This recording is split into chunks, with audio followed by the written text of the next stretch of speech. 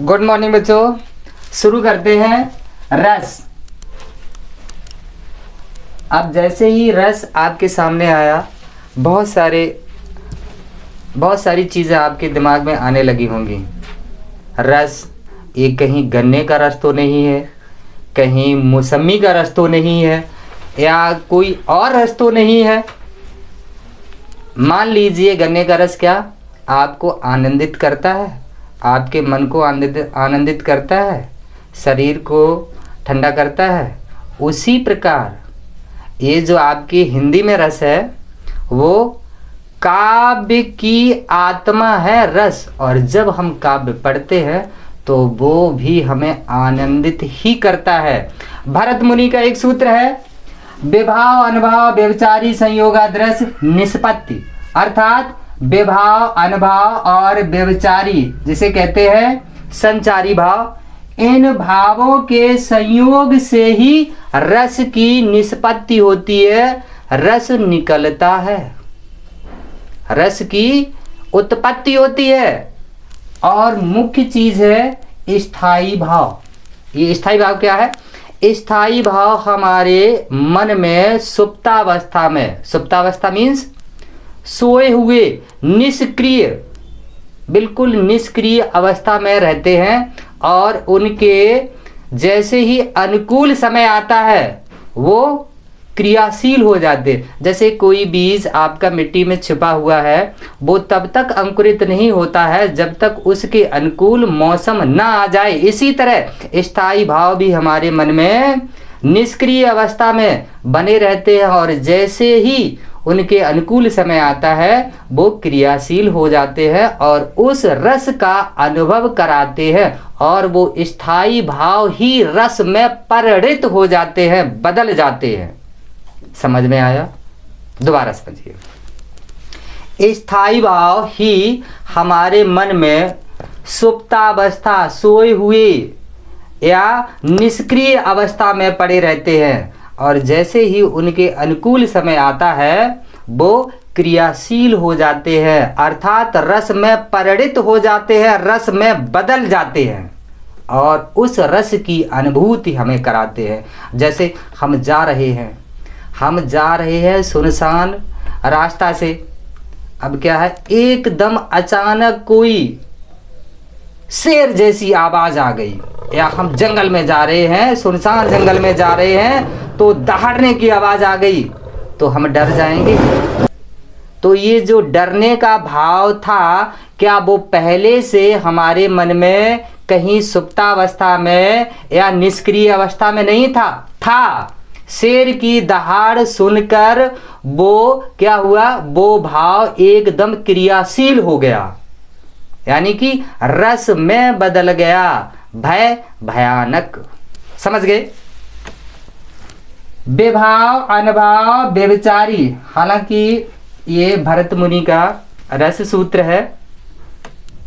आपके सिलेबस में इस तरह का कुछ नहीं होगा, लेकिन आपको समझाने के लिए कि रस की उत्पत्ति कैसे होती है, रस क्या है, इसलिए मैं इसको बता रहा हूं। विभाव अनुभाव व्यभिचारी, इनके संयोग से ही रस की उत्पत्ति होती है, रस की निष्पत्ति होती है, एक ही बात है। ठीक है, अब हम पढ़ेंगे क्या, रस और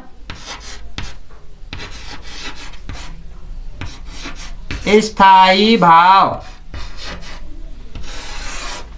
बताइए आपने, जो बच्चे 12th में, वो जरा बताएं रस कितने होते हैं? कुछ ने सही बताया और कुछ ने गलत। क्यों भाई, आप इतने कम क्यों विद्यालय गए? तब तो अटेंडेंस कम शॉर्ट रखते हो, कैसे पता लगेगा? कौन जाए स्कूल में पढ़ने? रस और स्थायी भाव एग्जाम में क्या होता है, हो सकता है स्थायी भाव दिया हो और पूछा हो कि इस स्थायी भाव का रस क्या होगा, या कोई रस का नाम दिया है तो आपसे स्थायी भाव पूछ लिया, या किसी रस की परिभाषा पूछ ली, या कोई उदाहरण दिया है तो पूछ लिया कि इसमें कौन सा रस है। इसी प्रकार से आपके क्वेश्चन आते हैं।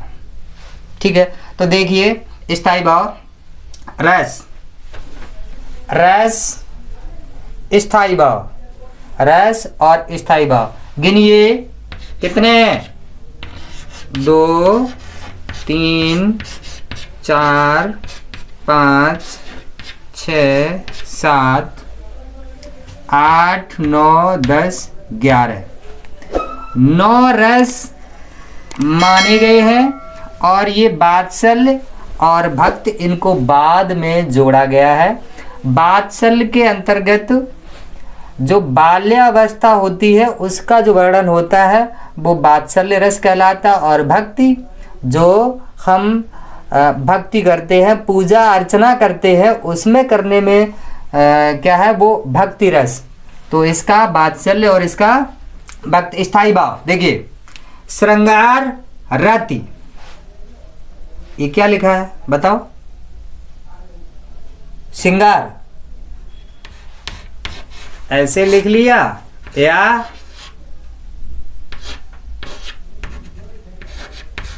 ऐसे कर दिया, पता ही नहीं लगता। हमें ये कन्फर्म ही नहीं है कि सही कौन सा है, हमने तो ऐसा लिखा है। ये बर्तनी, बर्तनी जानते क्या होता है, बर्तनी, ये बर्तनी की दृष्टि से दोनों गलत हैं, ये सही है। श्रृंगार ऐसा लिखा जाता है, हम इस पर अलग से थोड़ी चर्चा करेंगे, पहले हम यहाँ पर रस पढ़ लें। श्रृंगार वीर, श्रृंगार के क्या होगा रति, और रत का अर्थ क्या होता है प्रेम, वीर का उत्साह, रौद्र का क्रोध, बीभत्स का घृणा, जुगुप्सा, अद्भुत कुछ अलग आश्चर्यजनक, विस्मय, शांत का निर्वेद, हास्य का हास, भयानक का भय, करुण का शोक, वात्सल्य का वात्सल्य और भक्त का भक्त। श्रृंगार रस को क्या कहा गया है, रसों का राजा, रसों का राजा श्रृंगार रस, ये रसों का राजा कहलाता है।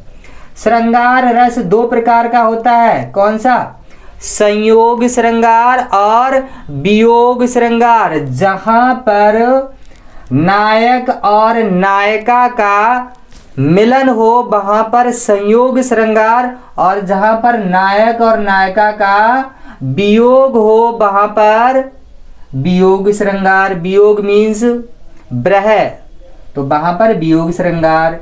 वीर, जहां पर वीरता की बात की जाए, आपके अंदर भी एकदम उत्साह आ जाता है।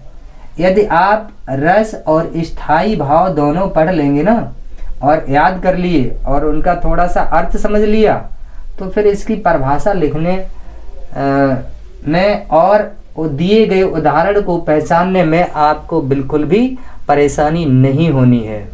मैं फिर भी इनको बताऊंगा, इनकी परिभाषा और एक एक उदाहरण। सबसे पहले आप रस और स्थायी भाव दोनों को आप याद कीजिए और समझने का प्रयास कीजिए। ये श्रृंगार वो नहीं है जो किया जाता है, इसका अर्थ रति, रति मीन्स प्रेम। ठीक है, आप इनको याद कीजिए, मैं पूछूंगा और यदि आपके पास किताब है तो आप पढ़िए, मैं एक एक रस आपको समझाऊंगा।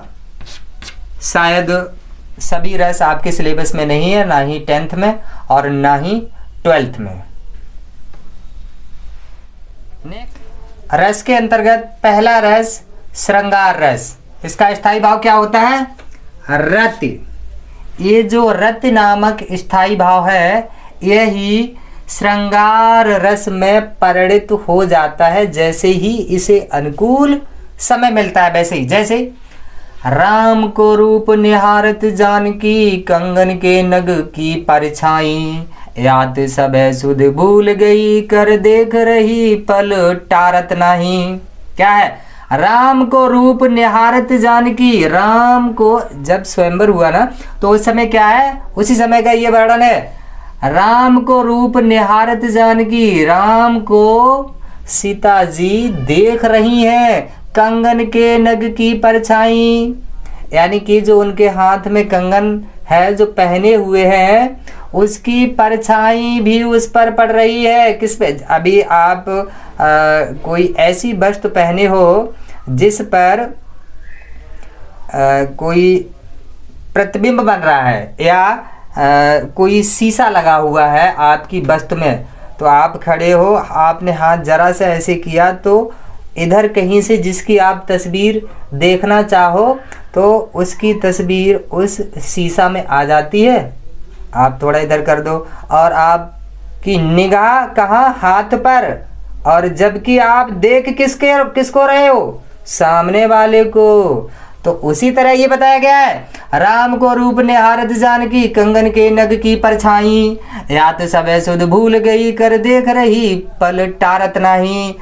ऐसा लग रहा है कि वो सब कुछ भूल गई हैं। देखने वाले उनको क्या समझ रहे हैं कि ये अपने हाथ को देख रही हैं, लेकिन वो नग के माध्यम से राम को लगातार बिना पलक झपकाए देख रही हैं। तो यहाँ पर कौन सा है? संयोग श्रृंगार। संयोग श्रृंगार। यदि रस के भेद किए जाए तो दो होते हैं, संयोग और वियोग। जहां पर नायक नायिका का मिलन हो, मिलन का वर्णन हो, वहां पर संयोग श्रृंगार, और जहां पर ब्रह का वर्णन हो, बिछड़ने का वर्णन हो, वहां पर वियोग श्रृंगार। तो ये श्रृंगार रस का उदाहरण।